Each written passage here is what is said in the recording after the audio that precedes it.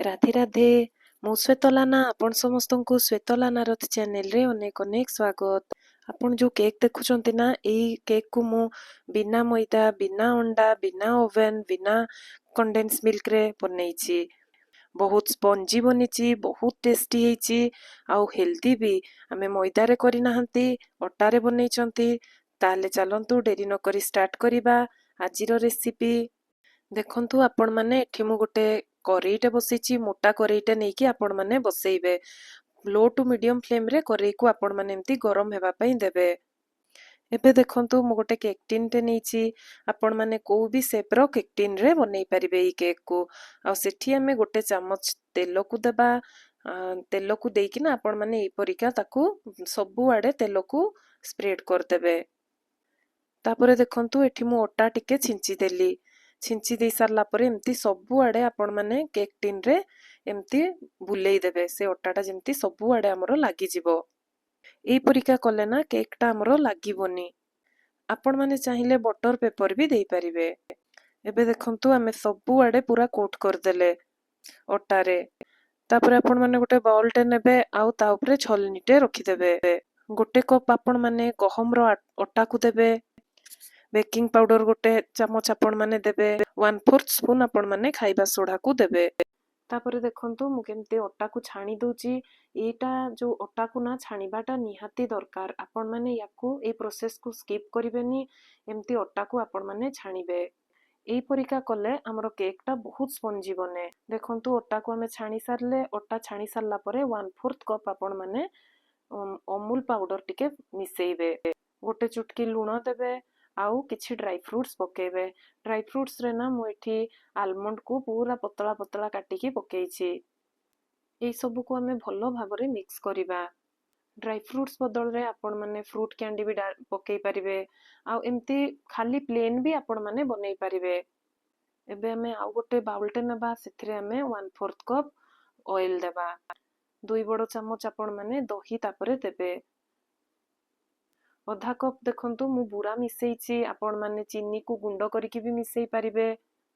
तापरे हमें vanilla essence 1/4 spoon एम्ति टिके पकेइबा। वेनिला एसेंस टा पकेले केक रो बास्ना टा बहुत बढ़िया आस्थाए। एई सब को हमें भलो भाबरे मिक्स करिबा। जदि आपण मानको पाखरे वेनिला एसेंस नथिबो आपण माने अळैच को गुंडो करिकि भी ताकू आपण माने पकेई परिबे। सेमती कले भी आपण मानकर केक टा बहुत बढ़िया बास्ना हबो। एबे देखो मोठे आधा कप क्षीर नेछि किंतु ना ताकू आपण माने एका संगरे पकेइबेनी। आधा कप क्षीर को अल्प अल्प करिकि पकेइकी एम्ति मिक्स करूथबे।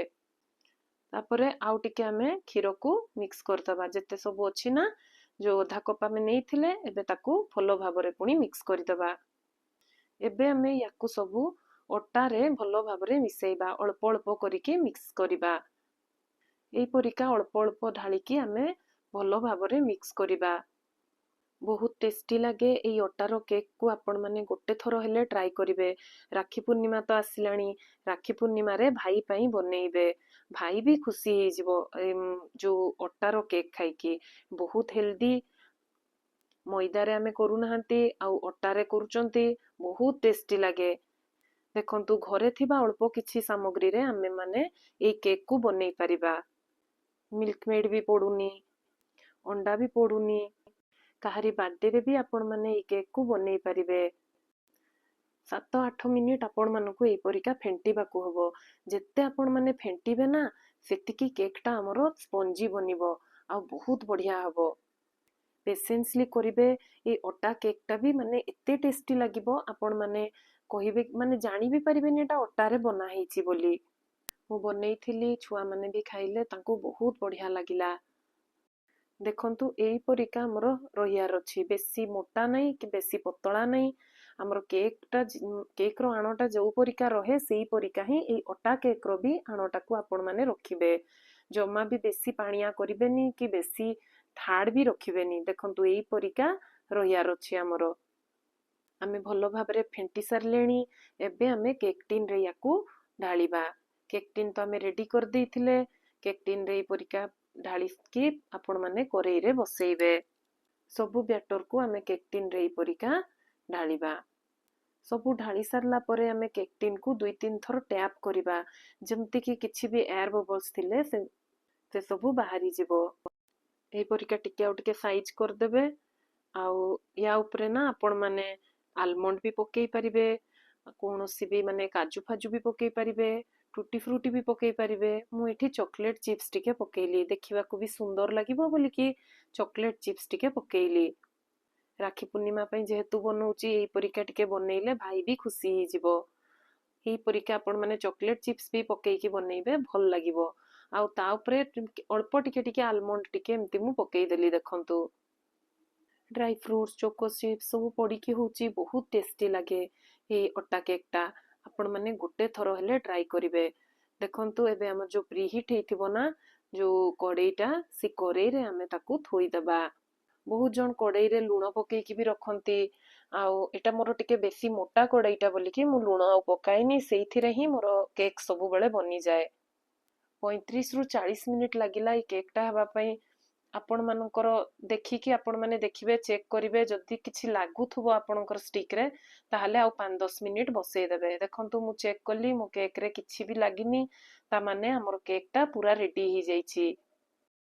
ଏବେ ଆମେ ୟାକୁ ବାହାରକୁ ଆଣିକି ଟିକେ ଥଣ୍ଡା କରିବା। ଯେତେବେଳେ ଆମର କେକ୍ଟା ପୁରା ଥଣ୍ଡା ହେଇଯିବ, ତାପରେ ଯାଇକି ଆମେ ଏଇ କେକ୍କୁ ଟିନ୍ରୁ ବାହାର କରିବା।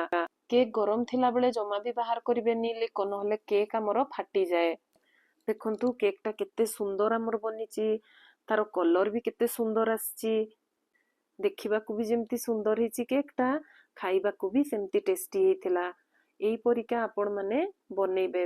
ପ୍ରୋସେସ୍ ପୁରା ମାନେ ଭାଗ ମାପଟା ଠିକ୍ ନେଇକି କରିବେ। ମୁଁ ଯେମିତି ବନେଇଛି ସେଇପରିକା କରିବେ, ନିଶ୍ଚୟ ବଢ଼ିଆ ହବ ଆପଣଙ୍କର କେକ୍ଟା। ଗୋଟେ ଥରରେ ହିଁ ବହୁତ ବଢ଼ିଆ ହେଇଯିବ। ଏବେ ଦେଖନ୍ତୁ ମୁଁ ପ୍ଲେଟ୍ରେ ତାକୁ ବାହାର କରିଦେଉଛି। ପୁରା ଥଣ୍ଡା ହେଲା ପରେ ଆପଣମାନେ ବାହାର କରିବେ। ଦେଖନ୍ତୁ କେତେ ସୁନ୍ଦର ହେଇଛି ଆମର କେକ୍ଟା। କାହାରି ଜନ୍ମଦିନରେ, ଆନିଭର୍ସରୀରେ, କୌଣସି ଫେଷ୍ଟିଭାଲରେ ଆପଣମାନେ ଏଇ କେକ୍କୁ ବନେଇ ପାରିବେ। ବନେଇବାକୁ ବି ବହୁତ ସହଜ, ଖାଇବାକୁ ବି ବହୁତ ଟେଷ୍ଟି। ବନି ସାରିଲା ପରେ ଆମେ ଆମର ଶ୍ରୀ ରାଧା ଗୋବିନ୍ଦଙ୍କୁ ଅର୍ପଣ କରିବା। ଯେତେବେଳେ କିଛି ବି ଆମେ ମିଠା ଜିନିଷ ବନେଇବା ନା, ଆଗ ଭଗବାନଙ୍କୁ ଭୋଗ ଲଗେଇବା। ରାକ୍ଷୀ ପୂର୍ଣ୍ଣିମା ସ୍ପେଶାଲ ଅଟା କେକ୍ଟା ଆପଣମାନଙ୍କୁ କେମିତି ଲାଗିଲା ମୋତେ କମେଣ୍ଟରେ ଜଣେଇବେ। ଯଦି ଆପଣମାନଙ୍କୁ ଏଇ ଅଟା କେକ୍ର ରେସିପିଟା ଭଲ ଲାଗିଥିବ, ଲାଇକ୍, ସେୟାର, ସବସ୍କ୍ରାଇବ୍ କରିବାକୁ ଭୁଲିବେନି। ଯେତେ ପାରିବେ ଆପଣମାନେ ସେୟାର କରିବେ। ଫ୍ରେଣ୍ଡ ଫ୍ୟାମିଲି ମାନଙ୍କ ସହିତ ସେୟାର କରିବେ, ସେମାନେ ବି ରାକ୍ଷୀ ପୂର୍ଣ୍ଣିମାରେ ବନେଇବେ। ମୁଁ ବନେଇଥିଲି, ଛୁଆମାନଙ୍କୁ ବହୁତ ବଢ଼ିଆ ଲାଗିଲା, ସେମାନଙ୍କୁ ବହୁତ ଟେଷ୍ଟି ଲାଗିଲା। ବହୁତ ବଢ଼ିଆ ହେଇଛି ମା କହିଲେ।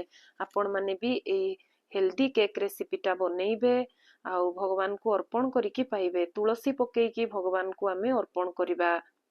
ତୁଳସୀ ପକେଇଲେ ହିଁ ଭଗବାନ ସେଟା ପାଇଥାନ୍ତି। ମୁଁ ପୁଣି ନୂଆ ରେସିପି ନେଇ ଆପଣମାନଙ୍କ ପାଖକୁ ବହୁତ ଶୀଘ୍ର ଆସିବି। ରାଧେ ରାଧେ।